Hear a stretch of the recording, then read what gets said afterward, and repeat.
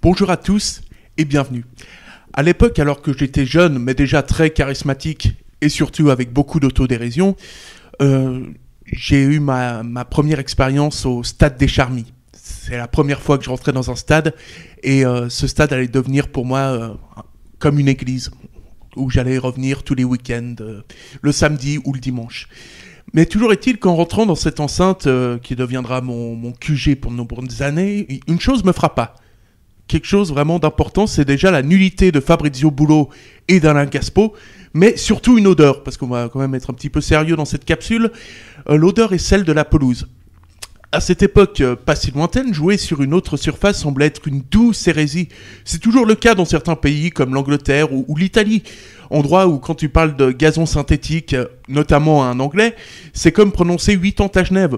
Cela engendrera la même sentence, c'est-à-dire une salade de phalanges à pleine puissance, histoire d'éduquer le triste individu en question, et la sentence sera entièrement méritée. Seulement voilà, les choses ont évolué, le fléau du synthétique a commencé à se répandre un peu partout, enlevant une partie de l'identité du football. La devise est simple, l'économie a toujours raison. C'est ainsi que l'on accepte de vendre son âme à cet infâme gazon pour faire plaisir à Micheline de la Conta. Évidemment, le financier est comme un adversaire du PSG en 8e de finale de Ligue des Champions. Il gagne toujours. On ne se soucie pas de savoir les conséquences de l'aspect sportif. Les joueurs qui ne sont pas du tout enclins face à ce changement imminent, à l'image de Varol Tazar. Il s'exprimait dans la tribune de Genève suite à la victoire face à Neuchâtel Xamax. Et je le cite.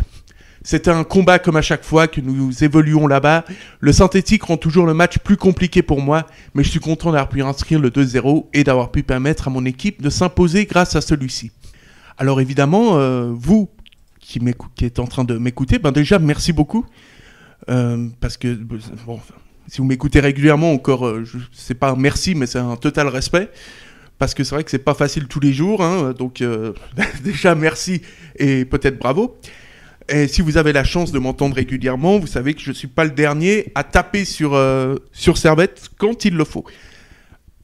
Ça m'a d'ailleurs valu quelques sanctions, et par extension des grosses sanctions pour servettien.ch.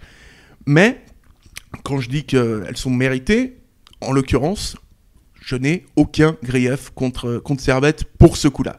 Parce qu'effectivement, Servette est finalement sanctionné par la nullité de ces politiciens et l'idiotie du peuple d'avoir voté sans vraiment étudier le dossier. On y reviendra ou pas. Non, en fait, on y reviendra carrément pas. Donc, c'était au club de trouver une solution, étant abandonné par l'État, en attendant quand même le recours qui est déposé pour le prêt du stand. Faudra voir ça. Mais en attendant, Servette n'a pas de plan B, l'État n'a pas de plan B, donc Servette a décidé de passer au synthétique pour pouvoir s'entraîner de manière totalement normale. Donc le club a finalement choisi la solution à la fois la plus facile et la plus évidente finalement. Donc Servette a dû trouver cette solution là où les politiques, encore une fois, ont fait usage de leur arme privilégiée, à savoir fermer les yeux et surtout ne rien faire. Très important si tu veux faire de la politique à Genève. N'oublie pas cette règle d'or, elle est vraiment très très très importante. Et vous me direz, et maintenant, qu'est-ce qui va se passer ? Alors, vous me direz, je pose une question que vous ne m'avez pas posée, mais bon, vu que je vous ai parlé des politiciens juste avant, on reste un petit peu dans le truc. Hein. Donc maintenant, qu'est-ce qui va se passer ? Alors, pour ma part, en faisant abstraction de l'aspect éthique, il faut bien aller dans le sens du pragmatisme au détriment de la vision romantique et voire utopiste que je peux avoir sur cette situation. Le changement de ce nouveau gazon semble de plus en plus probable, et là je dis gazon, mais je me force vraiment à le dire. La faute à une république genevoise dont la priorité se trouve plus dans le fait de changer des panneaux plutôt que de s'occuper de problèmes un brin plus urgents peut-être. Le centre d'entraînement pour le Servette FC en fait partie. Promis, c'est mon dernier tag sur les politiciens.